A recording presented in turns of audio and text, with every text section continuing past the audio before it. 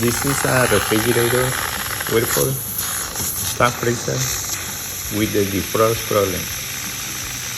The whole evaporator is full of ice, and in order to fix it or to find the problem, you have to defrost the evaporator and the panel. In this case, I'm using a steamer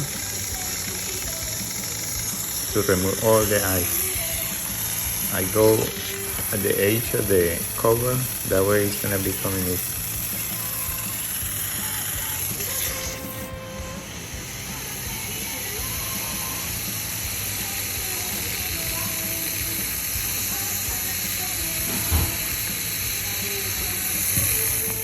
After I remove all the ice, I'm going to test the heater.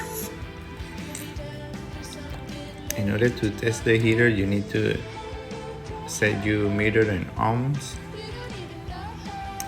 and it's going to be the white wire and the brown wire. It should be about 30 ohms, 35, because the heater is about 4 amps.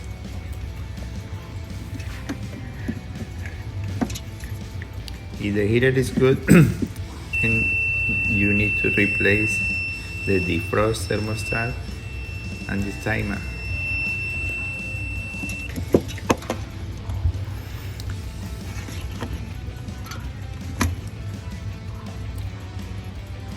That's the heater.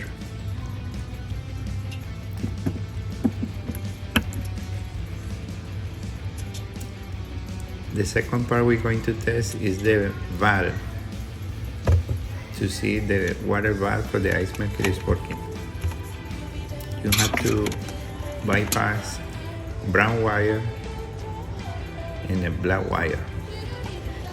If you put a jumper in those two wires, you should have water coming from the spout.